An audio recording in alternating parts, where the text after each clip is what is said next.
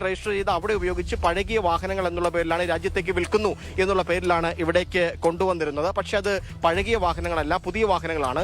നേരത്തെ നാം പോണ്ടിച്ചേരി രജിസ്ട്രേഷനുമായി ബന്ധപ്പെട്ട് നാം വാർത്തകൾ റിപ്പോർട്ട് ചെയ്തിരുന്നതാണ്. സമാനമായ രീതിയിൽ വിദേശ കാറുകൾ ഇത്തരത്തിൽ ഭൂട്ടാനിലെത്തുകയും അവിടെ രജിസ്റ്റർ ചെയ്ത് പഴയ കാറുകൾ എന്ന പേരിൽ രാജ്യത്തേക്ക് എത്തിക്കുകയും ചെയ്തു. സമാനമായ ഒരു സംഭവം എത്രയോ വർഷങ്ങൾക്ക് മുമ്പ് നമുക്ക് മുമ്പിലാണ്. പ്രത്യേകിച്ചും ഈ തിരുവല്ല സ്വദേശിയായ അലക്സ് ചക്കാട്ട് എന്ന് പറയുന്ന പേരുള്ള ഒരാൾ ഈ സൽമാൻ ഖാൻ അടക്കമുള്ള ആളുകൾക്ക്, കേരളത്തിലെ സിനിമാ താരങ്ങൾ അടക്കമുള്ള ആളുകൾക്ക് ഇത്തരത്തിൽ ആഡംബര കാറുകൾ UAE-യിൽ നിന്നൊക്കെ തന്നെ ഇറക്കുമതി ചെയ്ത് വലിയ തോതിൽ നികുതി വെട്ടിച്ച ഒരു സംഭവം CBI മറ്റും നേരത്തെ അന്വേഷിച്ചിരുന്നതാണ്. പക്ഷേ ഇപ്പോൾ ഈ കസ്റ്റംസ് ഉദ്യോഗസ്ഥർ അടക്കമുള്ളവർ പറയുന്ന പ്രധാനപ്പെട്ട കാര്യം, ഇത്തരം കാർ ഇറക്കുമതിയുമായി ബന്ധപ്പെട്ട് വലിയൊരു റാക്കറ്റ് രാജ്യവ്യാപകമായി പ്രവർത്തിക്കുന്നുണ്ട്. കേരളം കേന്ദ്രീകരിച്ചുണ്ടായിരുന്നു.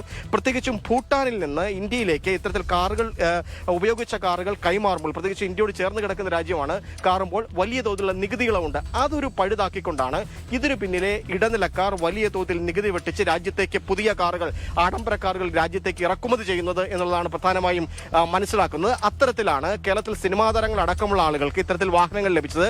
ഈ സിനിമാ താരങ്ങൾ അടക്കമുള്ള ആൾക്ക് ഇതിൽ നേരിട്ട് പങ്കൊന്നുമില്ല. പക്ഷേ അവർക്ക് ഈ വാഹനങ്ങൾ ഈ ഇടനിലക്കാർ മുഖേന ലഭിച്ച ഇത്തരത്തിലുള്ള നികുതി വെട്ടിച്ചാണ് എന്നുള്ളതാണ് കേരള ആൻഡ് ലക്ഷദ്വീപിന്റെ കസ്റ്റംസ് പ്രിവന്റീവ് വിഭാഗത്തിന്റെ ചുമതലയുള്ള ഉദ്യോഗസ്ഥർ തന്നെ വ്യക്തമാകുന്നത്. അത്തരത്തിലാണ് ഈ പൃഥ്വിരാജ്, ദുൽഖർ സൽമാൻ തുടങ്ങിയ ആളുകൾ ഇത്തരത്തിൽ വാഹനങ്ങൾ കിട്ടിയിട്ടുണ്ട് എന്നും ഉള്ള ഒരു പരിശോധന വരികയും കണ്ടെത്തൽ വരികയും കേരളത്തിലെ 30 കേന്ദ്രങ്ങളായി ബിസിനസ് ആളുകളുടേതടക്കം വലിയ ടേൺ ഓവറുള്ള ആളുകളുടെ അടക്കം വീടുകളിൽ ഇപ്പോൾ കസ്റ്റംസ് ഇപ്പോൾ പരിശോധന തുടരുകയും ചെയ്യുന്നത്. ശീതൾ, കസ്റ്റംസ് പ്രിവന്റീവ് വിഭാഗത്തിന്റെ നടപടിയുടെ വിവരങ്ങളാണ്, ദൃശ്യങ്ങളാണ്, എറണാകുളത്ത് നടക്കുന്ന റെയ്ഡിന്റെ വിവരങ്ങളാണ് ജോഷി കുര്യൻ തത്സമയം സ്പോട്ടിൽ നിന്നും പങ്കുവച്ചുകൊണ്ടിരിക്കുന്നത്. നമുക്ക് ഈ വാർത്തയിലേക്കും കൂടുതൽ വിവരങ്ങളിലേക്കും തന്നെ തിരിച്ചെത്താം. ഒരു ചെറിയ ഇടവേള.